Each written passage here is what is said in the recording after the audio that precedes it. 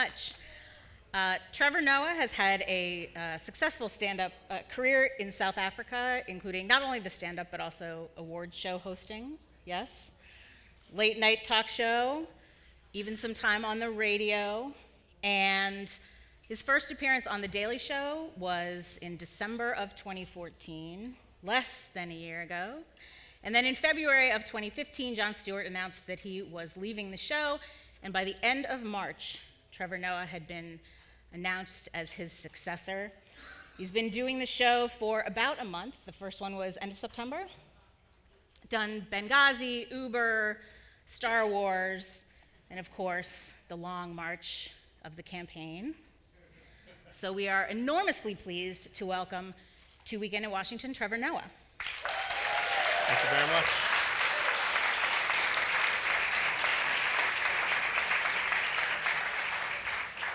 So how's it going?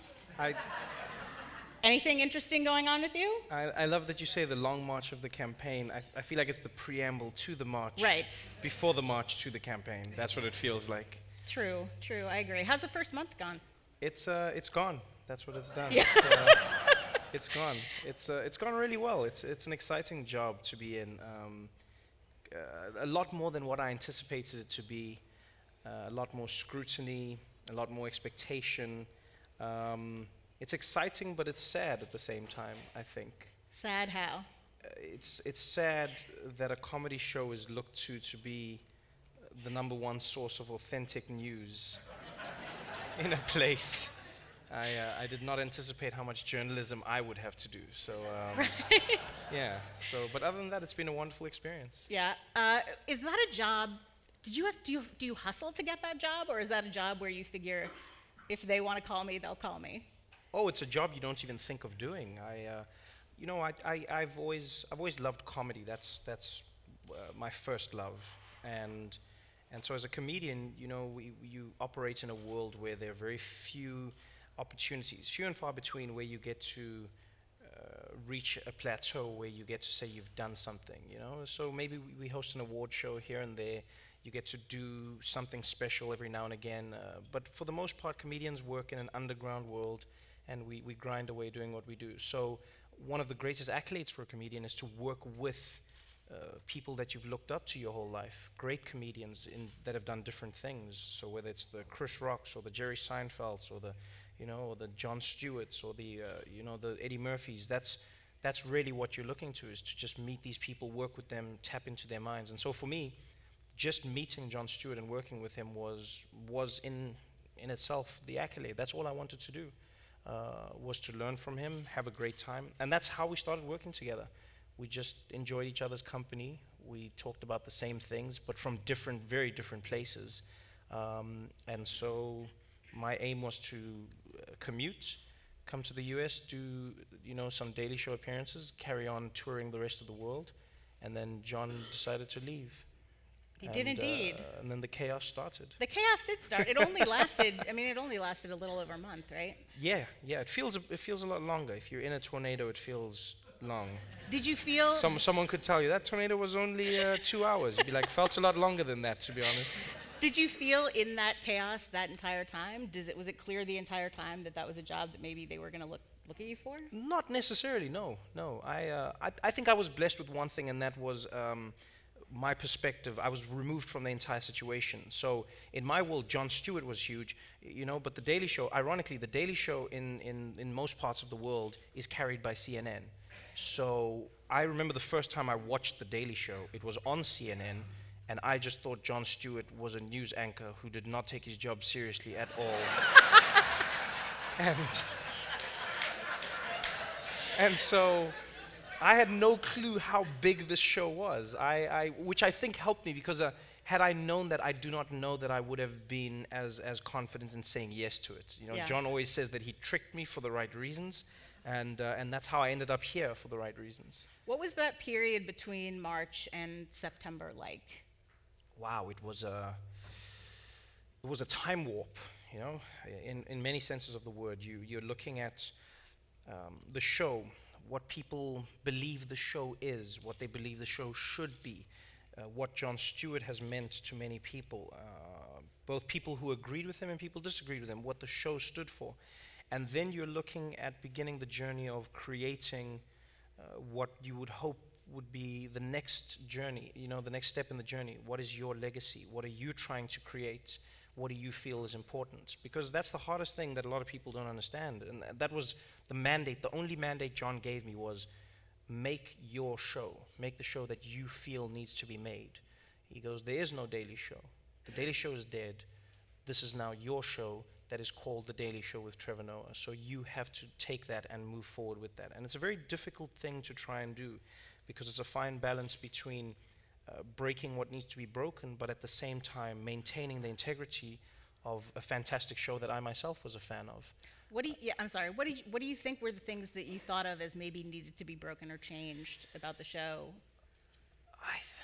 That's a tough one because what you're doing is you're not breaking it because you think it was something that John or the show wasn't doing correctly. It's just what you feel you need to do for yourself, So on my side, for instance, obviously coming from a totally different background, by the mere fact that I'm a black person, that already changes some of the stories I would look at, some of the angles that I would take, some of the things that I would feel are more pertinent to what I should be covering or how I should be covering it, So already just your interests, like in the last few years, John was really, really interested in the Middle East, and obviously being an American going through Iraq and what happened with Bush, that was something that he was extremely passionate about because he felt like it was a huge disaster. And so I come in with a different perspective. I'm new, I'm fresh, I do not hold many of these preconceived notions of politics in America and things that have happened. So you have to find what's new to you. You have to find what's important to you, and then you get into it and you just do it every single day.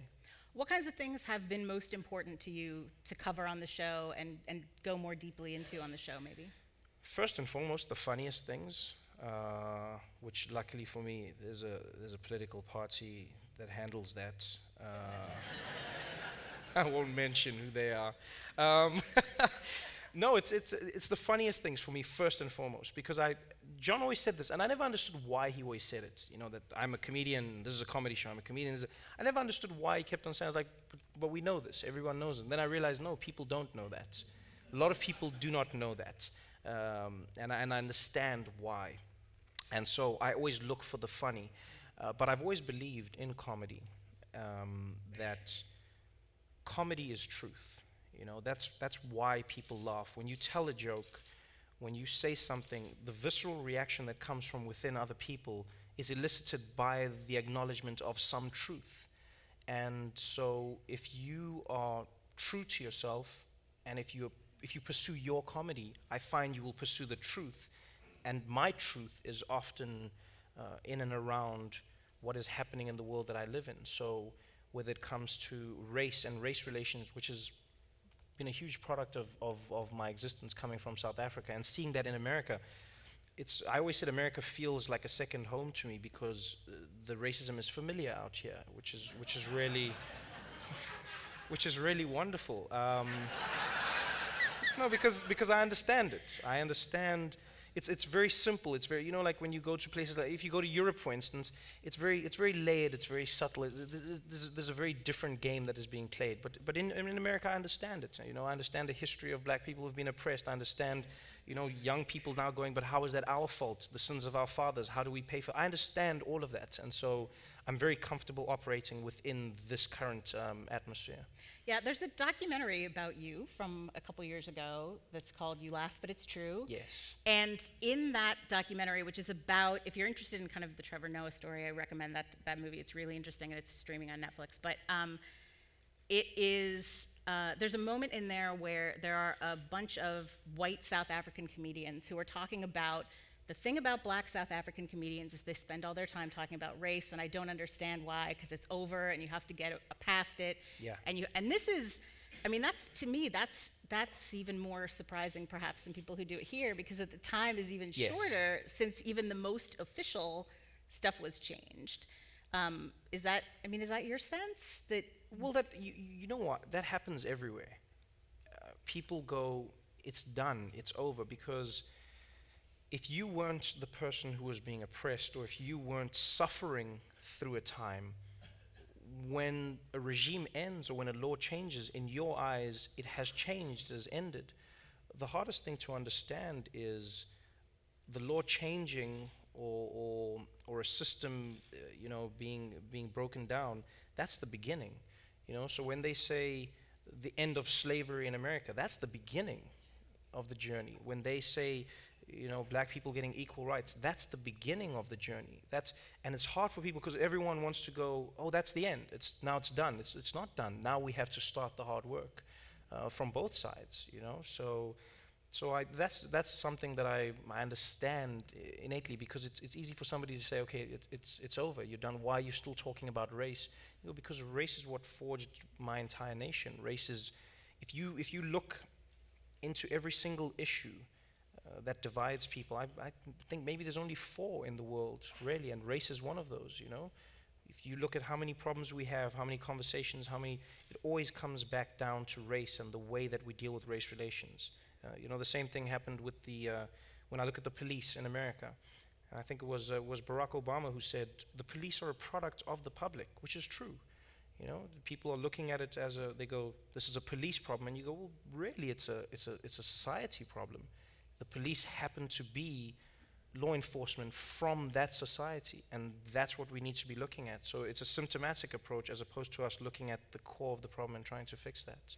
So it's clear that you have all these really strong feelings about all of this stuff, and these are the things that you want to talk about, and these are the things that I think a lot of your comedy has always talked about. How do you reconcile, on the one hand, you do want to get at those questions, and on the other hand, you still want, as you said, to be doing a comedy show, don't necessarily want people to be looking to you for news, but at the same time, you have something that you're trying to say. How does that balance work for you?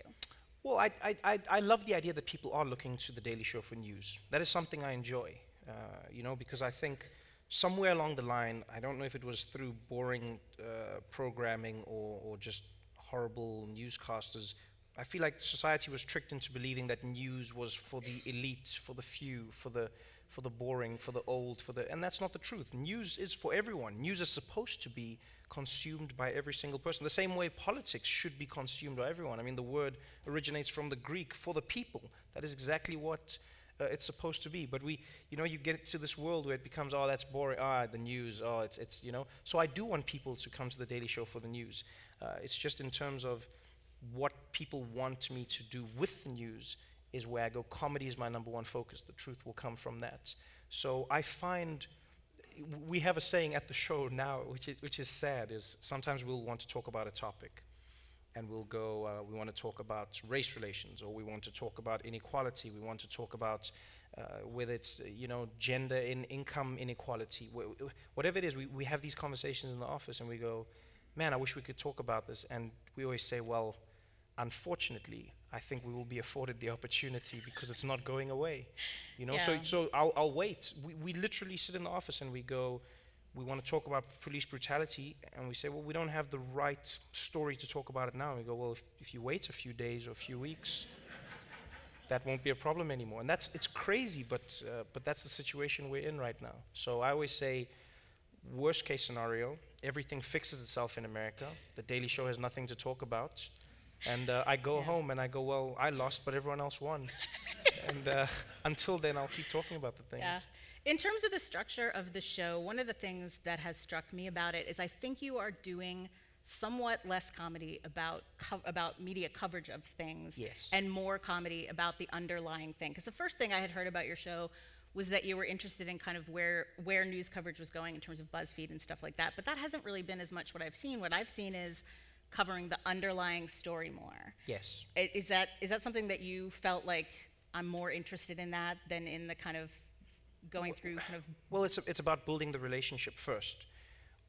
Let's talk about the thing. It's the same thing I would do in stand-up comedy, the same thing you do in any conversation. I like to get to know people. I like for people to get to know me. And the best way we can do that is talk about the issues themselves first, A lot of people don't realize or forget that John evolved into the man that he was at the end of his tenure. That was 16 years of work that got him to that point. And for you to try and rush that evolution, for you to try and rush that growth, would be robbing myself, the show, and the viewer of an opportunity to build a solid foundation that gets us to where we need to go. So for now, it's my first experience of a Republican debate as a host of The Daily Show. Right. It is my first experience of Donald Trump and his hair. It is my first experience of Ben Carson. These are all first experiences for me. So for me to run ahead of myself and carry on the journey per se, that doesn't make sense. I have to start from the beginning and say, this is my first experience.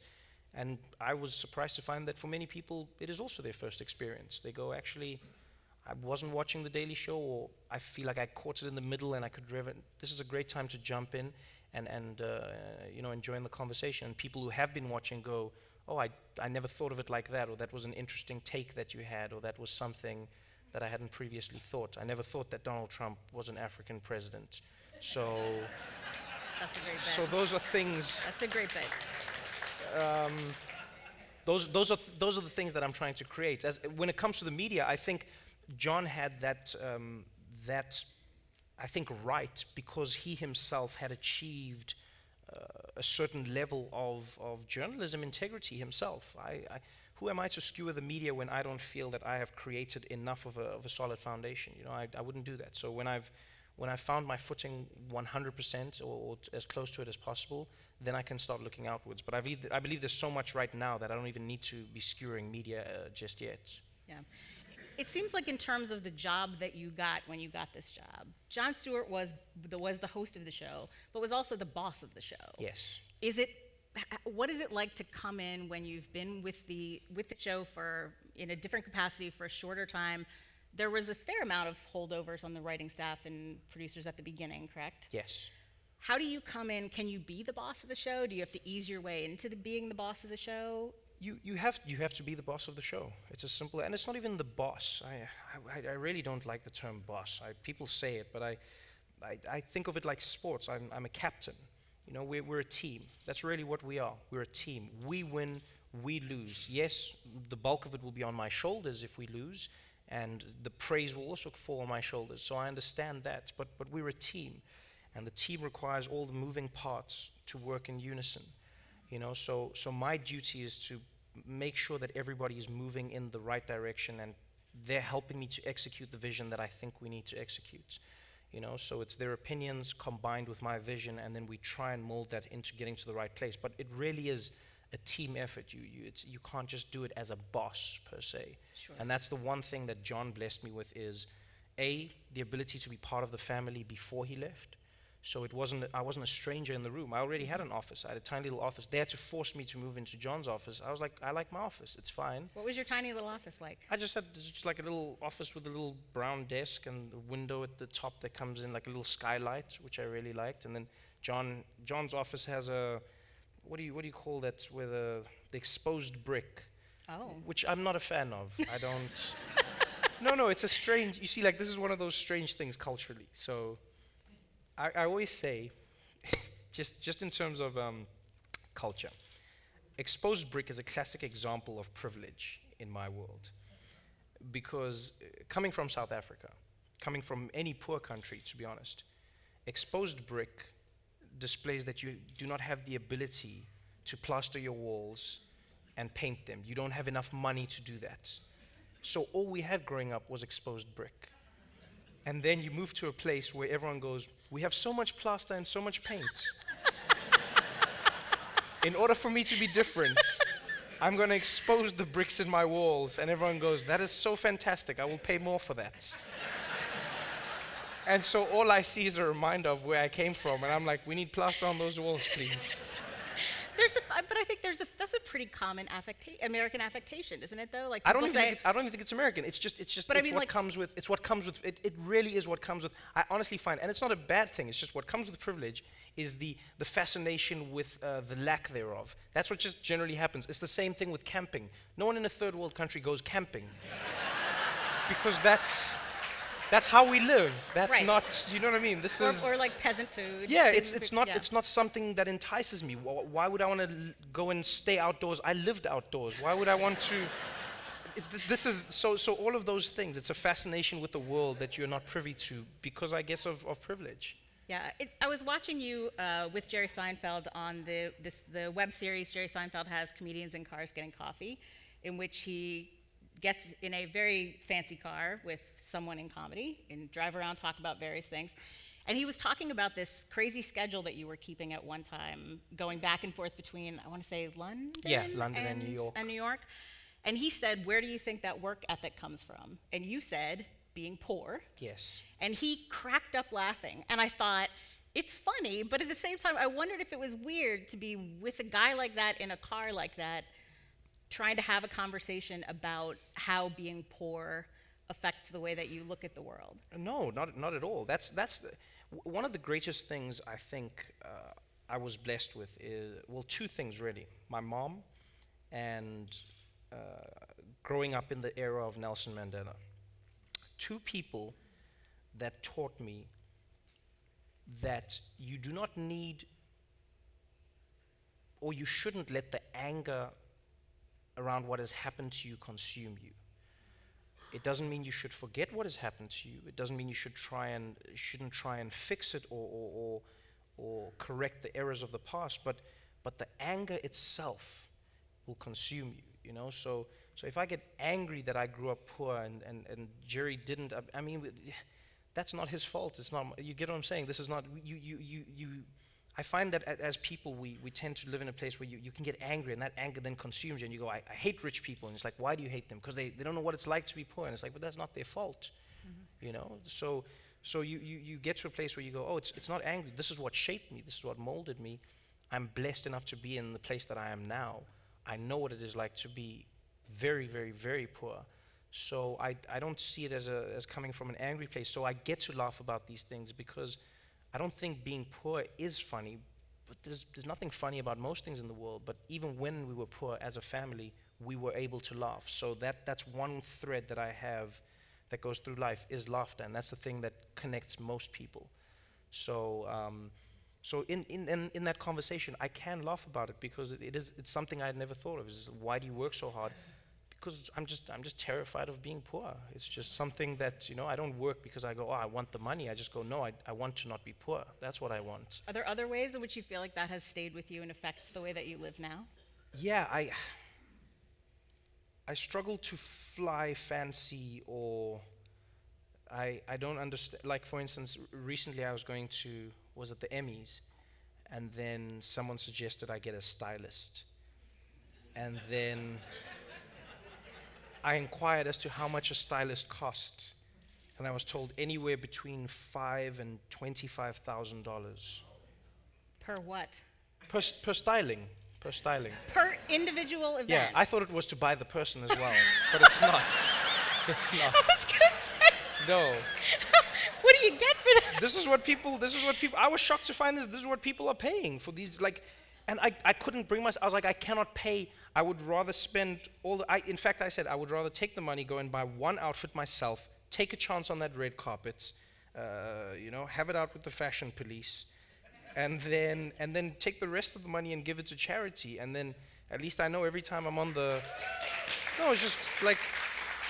Then I know every time I'm on the worst dressed list, there's a bunch of kids cheering because they know. They got the money. They got the money that I would have spent looking good. So I genuinely value those. I mean, don't get me wrong. I enjoy nice things. I'm not saying I don't enjoy it, but there are certain opulences that I cannot bring myself to enjoy because it's just too much for me. So those are small things that I never forget where I came from and the value of a hard-earned dollar. I wanted to ask you about something else that came up in that documentary that's so interesting. Was a point that you made.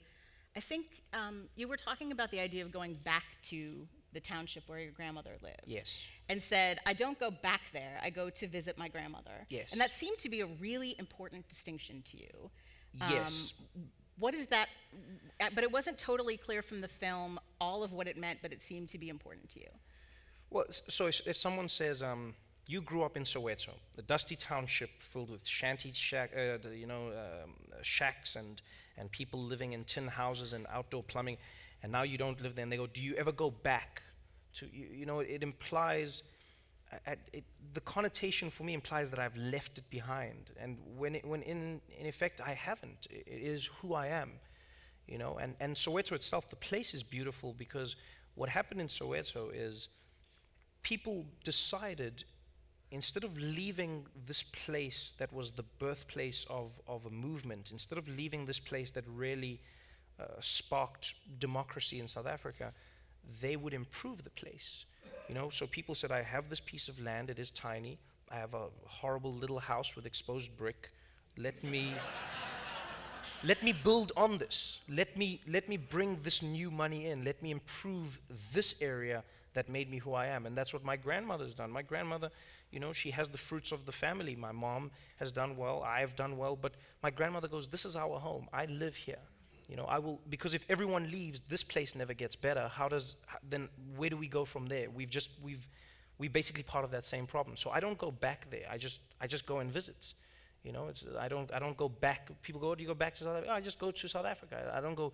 It implies regression in my mind, and so I just refuse to use that terminology. They go, you're going back to South Africa? I don't go back to South Africa. I go visit South Africa.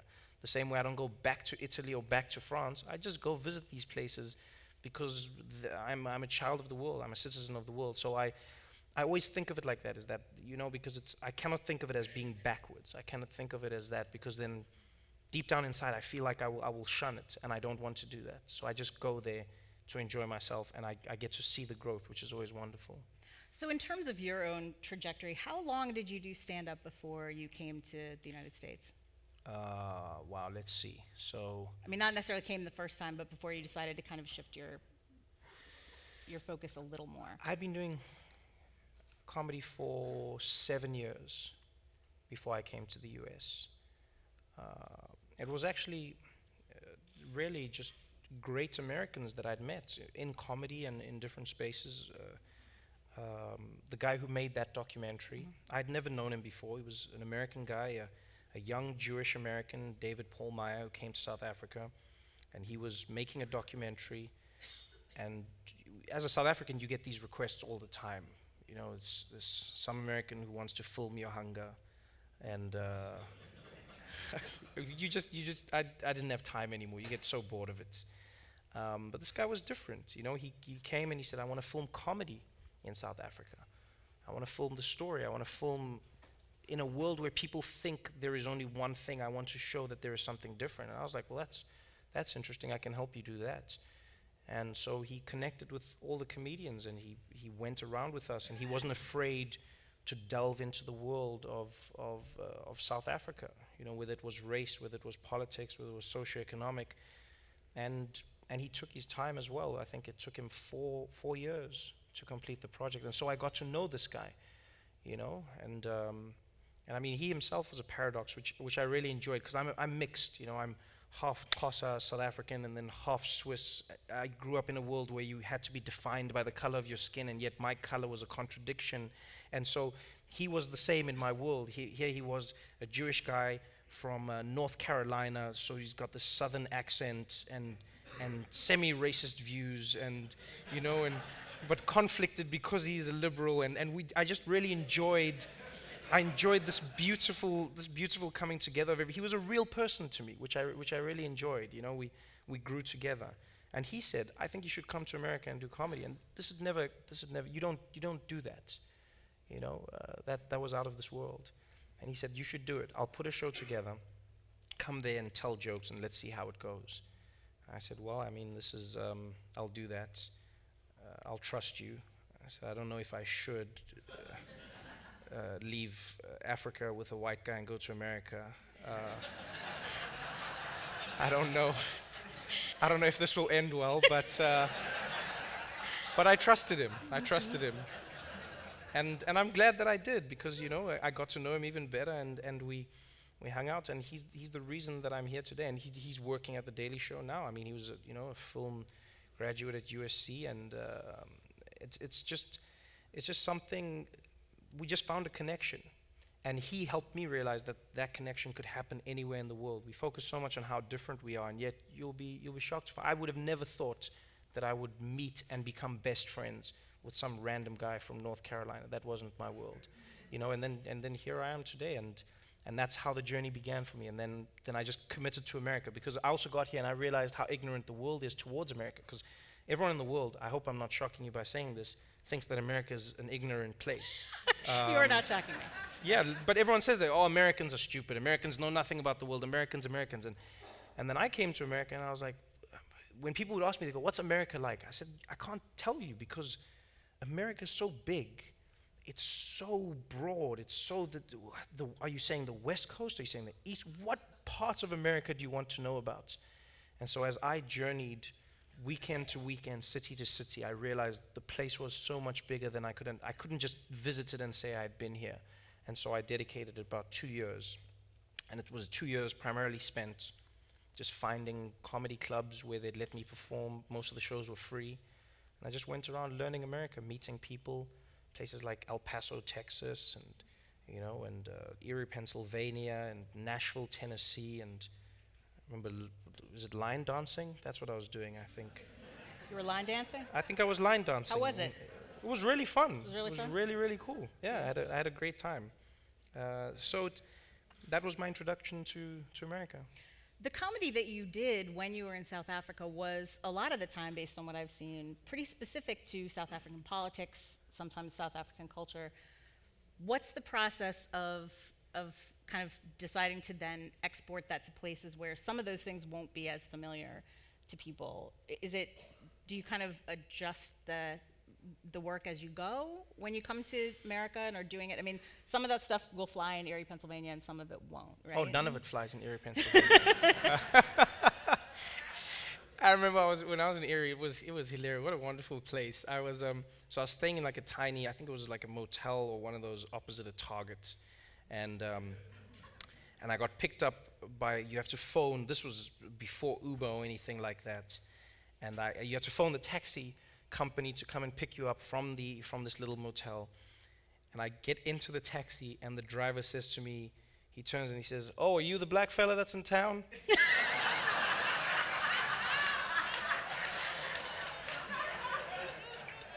And that was just that moment for me was priceless. I was like, what happens if you say no?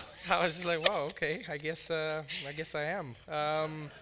But that was just like a different place. But I found, this is what I found, is the more I traveled, the more I realized comedy is universal. Everybody loves to laugh, you know. It's a release that we all enjoy, that we need. And I've been lucky in that I think because of where I come from as a person, I had to learn to adopt so many cultures around me to blend in, because I didn't fit in anywhere in South Africa. Because South Africa was divided up racially. But I mean, like, people always go, what was apartheid? Apartheid was honestly the best racism in the world. They studied racism everywhere. They went to Australia, they studied from the Dutch, they looked at how to best implement racism and racial segregation. And so the key to this, because you must remember, South Africa is 90% black people. So the key to oppressing so many people is to find ways to divide them up. You divide and conquer. And so that is dividing people up into separate, smaller groups. You have to find the intricacies that separate people and point them out so that those people also believe them. So I grew up in a world where, legally speaking, my father's one racial group, my mother's another racial group, and I'm another racial group, which means all three of us have different laws that apply to us. All three of us can live in different areas. All three of us, even if we were in prison, each of us would receive different rations, different types of food, be given different clothing. That is how crazy it is. Within one family, all three of you are experiencing a country in three different ways. You know, so I had to learn just within my family how to adapt to many different worlds. And that thing has served me well, because when I travel, when I'm in the middle of a random place in America, I've learned how to blend. I enjoy it. I think I've spent so much time being taught how to see the differences in people that I grew up going, well, what are the things that make us similar? And so wherever I go to, I find a similarity with people, and then I get going. And so with my comedy, I do the same thing. I make the comedy for where I am, everywhere in the world, from Dubai through to Africa, through to America, through to Europe. I make the comedy for where I am, because it's happening around me and it's my truth. One of the things that you have talked about in terms of the development of The Daily Show is the way that your vision intersects with who you're working with at The Daily Show. And there was a very interesting conversation with, I think, the New York Times, where you were talking about hiring more women, and you were also talking about something that I think you called an epidemic of blackness at The Daily Show. I'm curious about that process for you, because I know that you talked about how a part of that was easier for you because of the people that you knew already. Yes. Is that right? And I'm wondering what you think the steps are, if they don't have you to come in and do something like that, what the steps are for organizations that are trying to get past what I think you were referring to as institutional segregation. Yes. Coming from people working with the people that they already know, which tends to be kind of a paperclip chain of this person knows this person, knows this person. How do you get around that other than having a new captain of the team come in who has different people? The hardest thing to do is identifying, is acknowledging that you have a problem. So this is what often happens, I feel. Let's say in America, it's the same in South Africa. You'll have a lot of white people who are liberal, are people who are progressive, people who are going, I want change, I vote for change, this is what I agree with this, I believe there should be more integration, I believe that, and I'm for it 100%. And then they'll say things like, and I believe in equal opportunities, so everyone can interview for this job. What people don't realize is, just because of the world we've lived in, because of the limitations that have been placed on the access that people of color and women have had to getting to those positions, the networks that we use to try and get to them are limited. So you say, I've opened this position up to anybody. Black people are welcome to apply. Do black people hear that application invitation? You know, women are welcome to, do women hear that application invitation?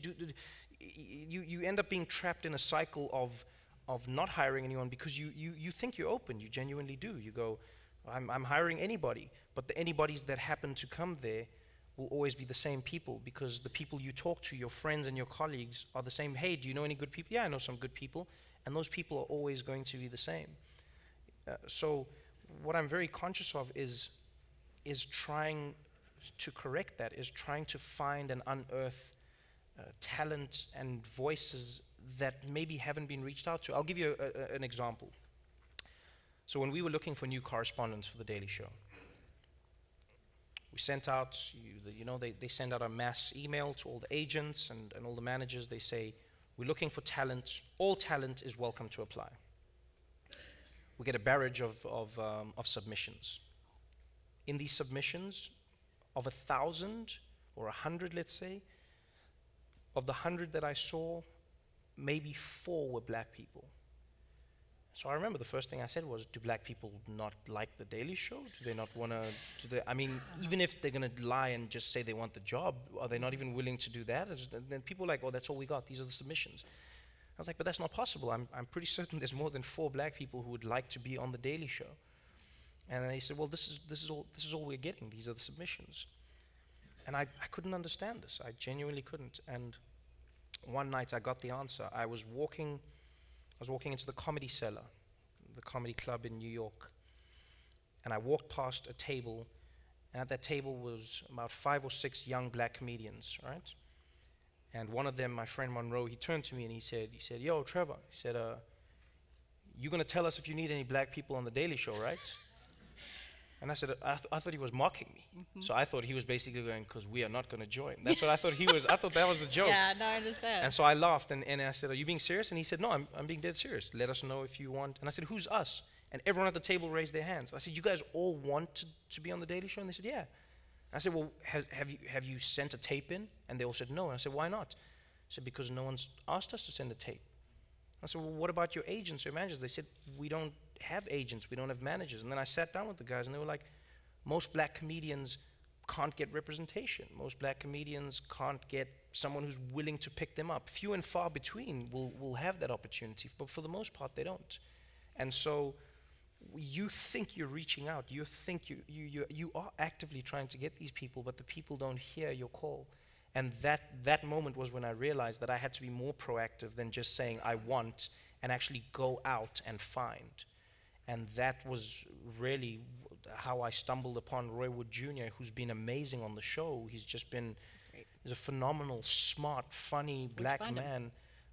Found him through a network, just asked everyone. Yeah. I just phoned every single person I knew, every black person, and every person that I thought knows black people. And I searched, and I searched, and I searched, and I was like, I'm going to find. It's the same thing I'm doing with female writers, because they go, oh, well, you know, you don't get a lot of comedy female. I go, that can't be right. That can't be right. Find, let us find. We will actively search and seek the people out. And I think that's the thing, is the active versus passive. In any organization, if you say you want the change, you have to make that change happen. You know, you have to go out, and you have to be willing to accept the fact that your standard, you have to be fair in this. This is always a tough and contentious issue, because someone goes, we let two people write an application, and the white guy had a better one. And you go, yes, but I'm looking specifically for a black person in this position because they will give me something that I don't have. You're not crippling your organization, you're not hampering yourself by getting that black person. Do you get what I'm saying? I do. You are increasing diversity. Diversity is fantastic for a market, for a business, for an environment. Diversity is one of the most important things. And so what you need to do is you need to understand that for him to even get to the same level as a historically white recipient or a male applicant implies so much more work that he's gone. It's being twice as good. It's being twice as funny. For a female comedian to be seen as funny as a male, she has to be twice as funny. She's hilarious. She's not just funny, you know. She's hilarious. That's what people always say. And that always sticks in my mind, is that those people have to work so much harder to just get to a level that is generally occupied by a white male. So being active is the most important thing. You can't just say, we want diversity, we want change. You have to actively go, I'm going to make this happen, and then it'll happen. Do you think that people underestimate, sorry, yeah. I think it was also in the New York Times that I read recently a piece about the idea of diversity and how a lot of times it feels to people like work, and they get very frustrated about it as kind of a dry, I think it was an Anna Holmes piece, I want to say, and she was talking about how people think of it as kind of, I gotta go do diversity. Do you think that people, because you talked a lot about it in terms of markets and audiences and stuff like that, do you think people underestimate the capacity that has to actually make your content better? They do, completely. And they're right, it is work. You have to go do diversity. It's the same way we have to go do climate change. When you've made a mistake, when we're in a situation where we've broken something, you have to fix it now. That is the work. But the work, the rewards of that work will be fruitful. You know, that's what you have to do. So yes, diversity is work. You have to go do diversity. But people genuinely underestimate the value of that, of having a look in the creative space. For one, I can tell you what a difference it makes. It's just having different eyes, having different voices, having an honest opinion. If a story comes up, let's say we're talking about Planned Parenthood, I don't want to be in a position where I'm going, I wonder how women feel about it. I bet I know how women feel about this. Oh, women's health. Women's health. I know exactly how they feel. I know many women, and I think this is how they feel. Like, why not just ask them? Why not have women there and you say, how do you feel about this? And let's talk about this. And then there'll be a thing that you'll tell me where I go, wow, I never thought of it like that. That is something a classic example of this, for instance, was catcalling. I come from a world of, I would like to think, extremely progressive individuals who want to better themselves and live in that world. The catcalling video came out. There was a big video, for those who don't know. It was catcalling, and they showed a woman walking through New York City, and she was being, whistled at, and guys were calling out at her, and wolf whistles, and guys saying derogatory things, and some of them saying nice things, but still just hassling her. She walked along her journey. And when the video came out, we talked together. It was myself, some comedians, and female comedians as well, and we had this conversation, and I was like, that video was crazy, that was ridiculous. You see what happened to that woman, that was insane. And then I said, but I don't know if catcalling can't be that bad, right? because it's just a guy saying hi. It's just a guy. And then when our female peers were like, no, it's the worst thing in the world. Super gross. It is the worst thing because you see it, one man sees it as one, hey, you look good. Every man sees it as that one instance because he's not with you for your entire journey. But when you think of a 30-minute walk through, a city like New York, you've got 100 men who have all come up to you to tell you how nice your boots look. That's a lot of men. That is a lot of vulnerability for one woman to have to experience. That is a lot. But as a man, I'd never thought of it like that because as a man, we wish we were catcalled. That's the honest truth. Like that sounds like a fantastic thing. You just walk through the streets and people tell you how good you look. You're like, yeah, I wish that would happen. But because it's never happened to you, you cannot put yourself in that person's shoes. You cannot experience the true feeling that comes with it. And so that diversity helps you, especially if you're trying to tackle a problem. It's a beautiful thing that you can never artificially create. One of the other things that, as you talk about the need for comedy or writers to think about the ways in which their own perspectives are limited, another thing I've heard you talk about is kind of separating the idea that comedy and comedians and writers and creators need to be able to learn from times when they do things that perhaps are racist or sexist or whatever, versus also trying to pull back on an environment of kind of everybody being angry all the time. Yes. Kind of reflexively. And I think, I've heard you sort of talk about trying to untangle those things from each other, because I think sometimes when people do react to something in comedy and say, I'm offended by that, I think it's sexist, whatever, for some people there's a very defensive reaction of kind of, it's comedy, if people laugh, whatever. But you seem to be interested in kind of finding a way to care about both of those things. Am I making sense? Yeah. I think what you're speaking about is nuance. The thing we all hate. Because most issues are grounded in nuance. It's so hard. Both sides are right. Two arguments that are opposed can both be correct. And so, comedy being my world, I see this happening right now. It's a tough place to be in. Someone says, I'm offended. And then you go, well, then you shouldn't, the other person shouldn't do that anymore, shouldn't say that. That's not true, because offense is taken, is not given. At the same time, though, what the person felt was offensive still needs to be addressed in some shape or form. But it's a slippery slope, because if you say, if people are offended, we should no longer do the thing, by that logic, we shouldn't have gay marriage then, because there are people who are offended by the notion that same-sex people can put on a wedding ring. They're offended by that. So then, do we not have that? And you go, no, but that's a right. And then we get into murky territory. Then you go, okay, well, what about freedom of speech? Hey, you should say whatever you want, but that person was offended by it. Oh, well, then you take it back, and then you need. I think intent is the most important thing. You know, mistakes can be made. People can say things that they don't realize are wrong. I think society is always evolving. If you look at the language we use now and you look at the language we used 10 years ago, there's words and phrases and things that were very acceptable years ago. You know, just the way you referred to a gay person, for instance, back in the day, didn't even come from a place of hatred. People would just say a slur that we have now identified as a slur. We slowly identify the power of words. We evolve as human beings. That's what evolution is. But we must also be careful, I think, to not over-censor, because, look, from comedy alone, I'll tell you this. Comedians, the job of a comedian is often to delve into those spaces. I do it personally because I feel like it removes some of its power. It's the reason I talk about racism. I'm not going to act like it's this big boogie monster that can't be tackled, and let's not talk about it. Let's talk about escalators or something. No,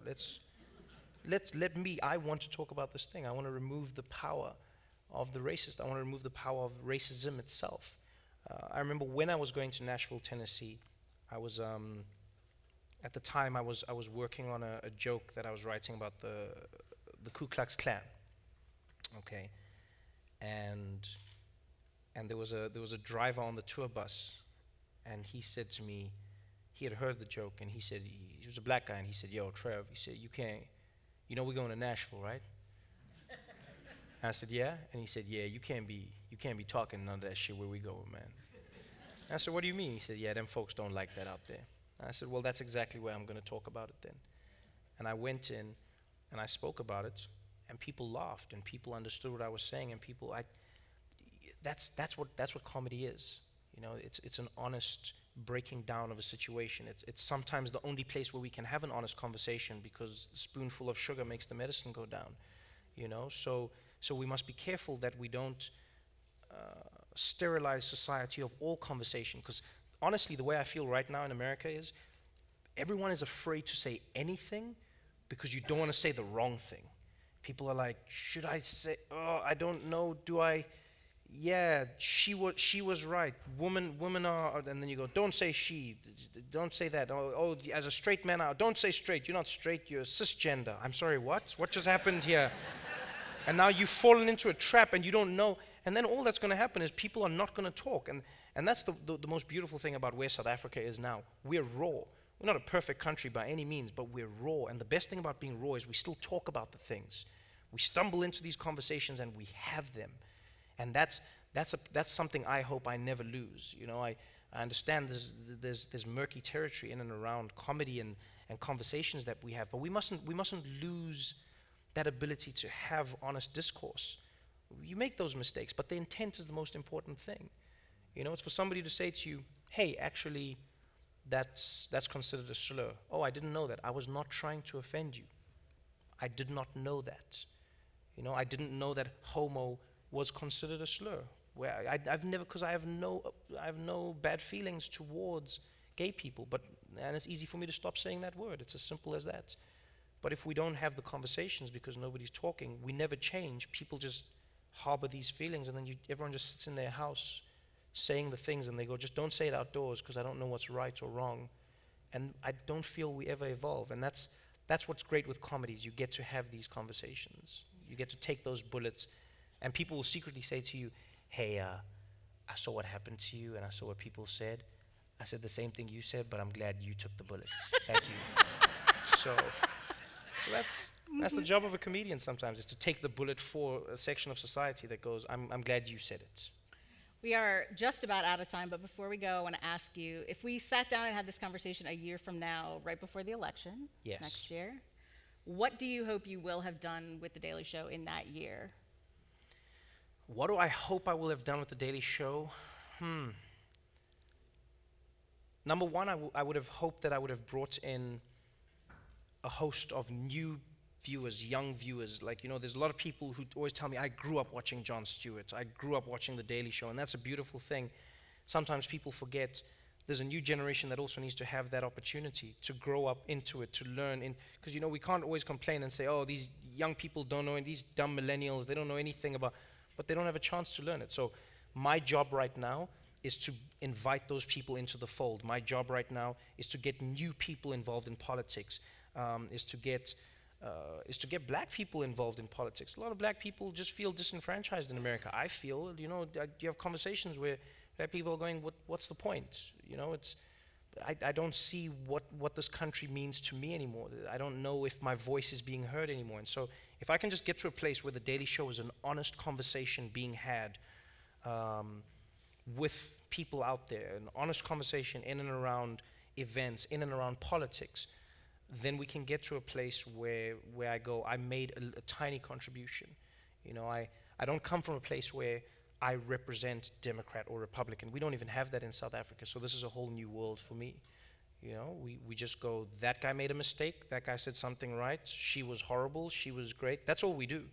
That's all we do. Our views are not predisposed to what we think the other party should or shouldn't think, you know? And so my goal right now is to come from an honest, I guess, bipartisan place, but also not fall into the trap that I feel some people have fallen into, and that is being tricked into being in an artificial middle, I find.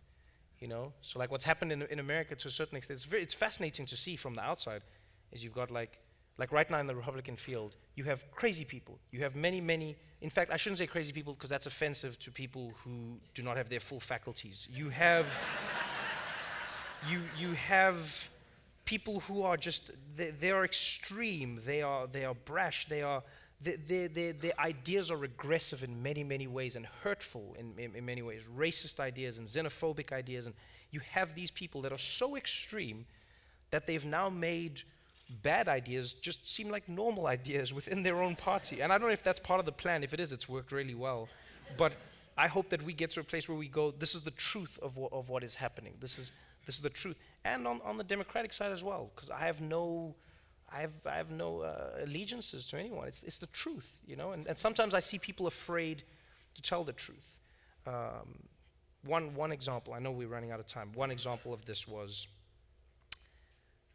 we're in the office, and we're writing a show, and we're talking about how right now the media is creating this perception that police are in danger in America, creating this perception that police could get shot at any time, but the numbers have shown statistically that there has not been a safer time to be a policeman in America. You know, if you look at the last few decades, this is the safest time to be a policeman. Fewer and fewer policemen are dying in America. Now, obviously, you want to get to the point where no policemen are dying, but there is progress being made, and yet the media makes it feel that the opposite is happening.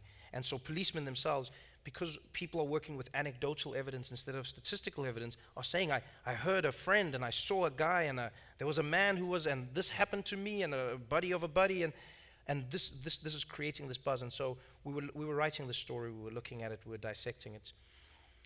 And one of the counter-arguments that comes in, because we have to argue with ourselves in the show, one of the counter-arguments is, yeah, but then what do you say to police when they see Black Lives Matter protesters walking down the street, chanting a slogan, pigs in a blanket, fry them like bacon, right?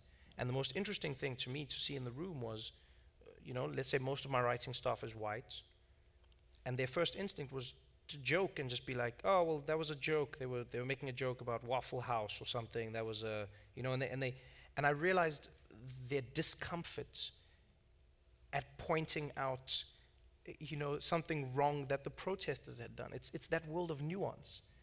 Because in my head, and I mean, unfortunately, we weren't on the air when that happened. This is when we were doing our test shows.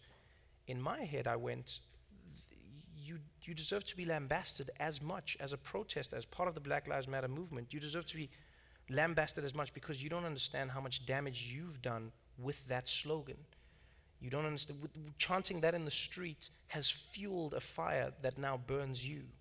You know, you've gone against what you're trying to do. You have to be twice as good in that situation because you're trying to get a point across, you know.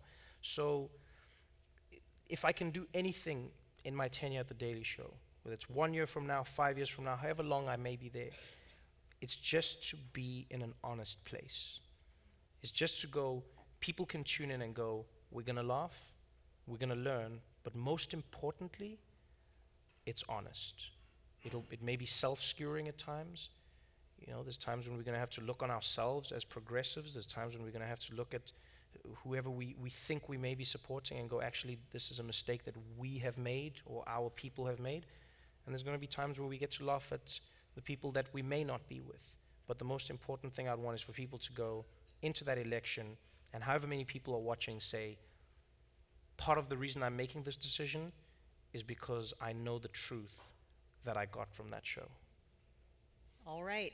We are out of time. Thank you so much for doing this. Thank you very much. Have an hour. Thank you so much. That was wonderful. Thank you very much.